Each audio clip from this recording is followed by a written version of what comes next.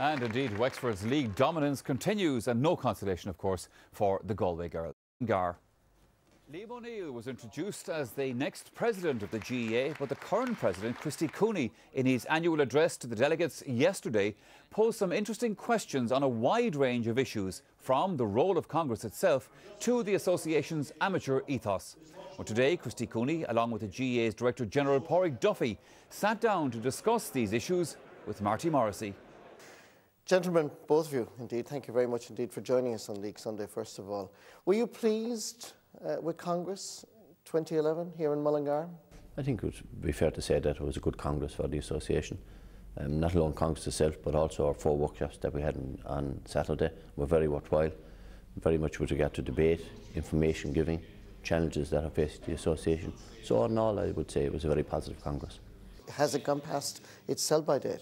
Recent Congresses are taken up so much with looking at rules and necessary amendments to rules and so on. But there isn't actually a great opportunity to discuss, if you like, general policy of the association, and I think we need to get it perhaps a little bit more focused on the events around us at the moment. There is a general realisation that we have to make it a little bit more relevant to the needs of the association at this time. Let me just dwell for a moment on some of the motions yesterday. One motion that was passed now allows the possibility of league semi-finals in Division 1 hurling and football. Is this something that you both would endorse? Absolutely. It would have come from Costa Banishty, because we felt that last year's league, when it came to the final round, it went flat. And as it happened this year in the Alliance leagues, we've had a perfect finish to both hurling and football leagues, in that the finalists weren't decided until the last minute, and that was absolutely tremendous. So that's why we brought back in the league semi-finals, to give it a better standing, a better promotion for our games, and greater interest among our public who go to our National League games. Would you agree? I mightn't be as enthusiastic as the other is about this, because I just have a reservation about adding semi-finals in terms of the impact on club fixtures, but I can understand the reasons behind it, so that's the decision of Congress. We'll have to work on that basis, yeah. We're in a recession, immigration is poor, and there are lots of clubs in difficulty, particularly with the number of players immigrating.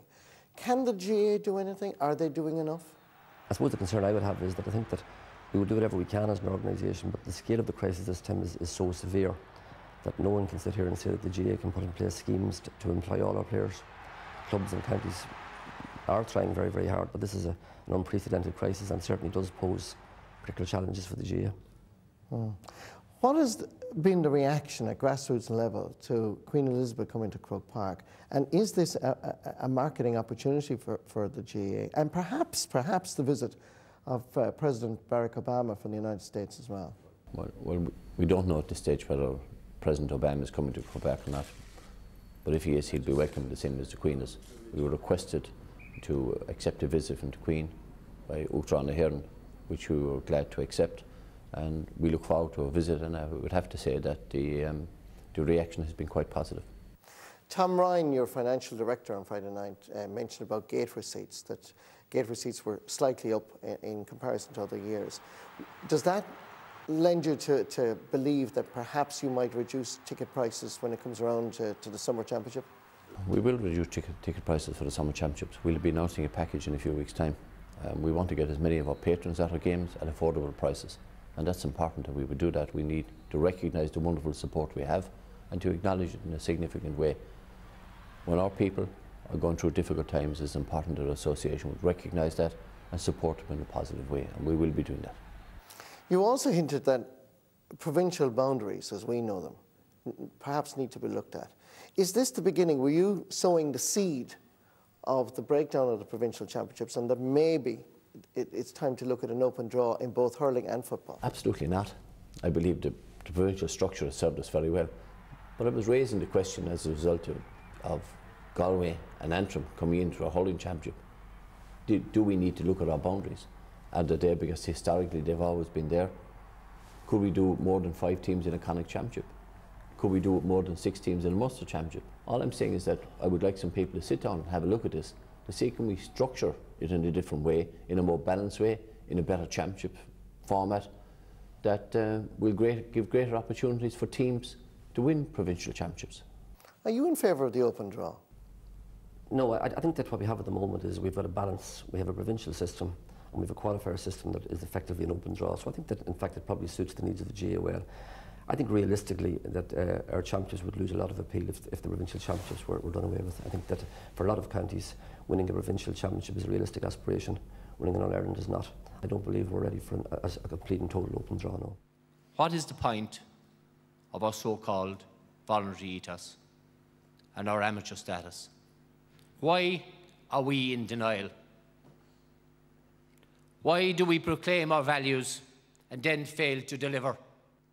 Is it not time to stand up and be counted? The time has come to answer these questions. Can I ask both of you about payment to managers? In your presidential address yesterday, Christy, you said that this was a cancer running through our association, and that considering the voluntary element of the GAA and the amateur ethos, that this was something that gravely concerned, I presume, both of you. Absolutely, without question. It's not just at inter-county level, but significantly at club level as well. I'd be very strong on the ethos and the values that govern the association have for so long. And while I believe managers need to be treated fairly, with the figures that are bandied about, I think it's absolutely ridiculous in any climate, not mind the current climate, with the type of money that's supposed to be paid to managers outside there, not alone through county boards, but also through supporters clubs and through so-called benefactors. And I think we have to put in place some kind of a streamlined structure that will ensure we're going to deliver on what we believe in and what's right to do, and find some way of dealing with those that break the rules. Now, it's not easy. It's been a massively difficult challenge for the association for many, many years. But Paudric and I are of the belief that we need to do something about it, and we're going to make one genuine effort over the next couple of months to move it on.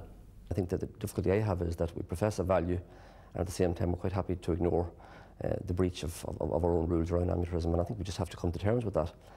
You know, there are very few people in the GAA who would say, I think we should pay managers. But my argument would be that in many instances we are paying managers and coaches, and therefore if that's the reality, we have to try to come to terms with that and make a decision whether we're going to enforce the rules or else we're going to regulate those payments.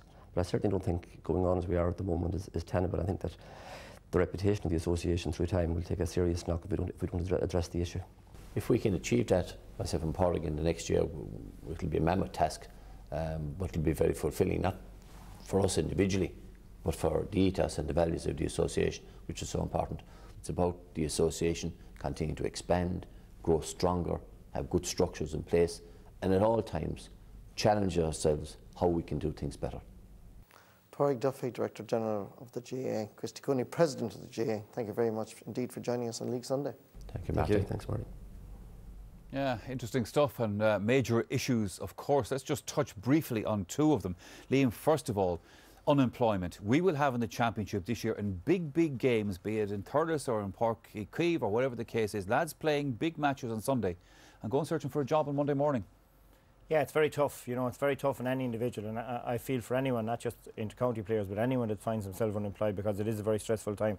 But you know, I guess with the GAA, there is an awful lot of people that are doing an awful lot. Like they're playing to packed stadiums of 40 and 50,000 on a Sunday and find themselves unemployed. I think we've really got to look hard and see how could we best use those people, you know, to market the wonderful games that we have, because generally I would say in panels it's probably 6 to 10 people that have the issue where they don't have employment. And I think, you know, whether it's a committee centrally through Croke Park or whether it's, you know, managed by county, I think we're really going to have to look hard over the next number of weeks in terms of looking at how can we best utilise these players, because I think they could play a significant role in terms of the overall marketing of the games. On the flip side, Michael Duigan, we have people apparently in the GAA in gainful employment, which maybe they shouldn't be, according to Paudric Duffy and Christy Cooney. We're talking about the payments to managers. Yeah, it's been going on for years. Like, the bottom line is everyone knows managers get paid in most cases, whether it be club or county. I'm not sure what the big furore is about. Like, there's a lot of money. The GAA is a big business. There's a lot of people in the GAA getting paid big salaries. There's managers putting in huge time and huge effort, and according to county boards, getting legitimate expenses. We all know there's probably a few bob extra going here and there. But the point is, if a high-profile manager goes into a county and he lifts the spirits of the county and he brings big crowds to matches, and he very much can pay their way, I think, in a very short space of time. So the way to streamline it to me is, you know, pay the managers, pay them, you know, recognise it and pay them at a certain a certain level. I know you'll say players don't get paid. Yeah, I suppose in fairness, yeah, I know, but I suppose in fairness, Paudric Duffy did say this. He said, you know, if it's happening, let's face reality and regulate it. Yeah, would you agree with that? I would, because coming from when I was playing, I thought that the players were by far, they are the most important, but you thought you were putting in all the time and effort. But it's only later when you see what managers have to do, and no more than secretaries of county boards who do it voluntarily. That's where the thing is, and you know, secretaries and chairman. But managers, it's a full-time job. There's a lot of stress involved in it, and a lot of effort goes into it. So, you know, get it out there in the open and sort it out. I think there's a lot of stuff under the table that we could do with having out on top of the table. All right, okay, lads, we've come to the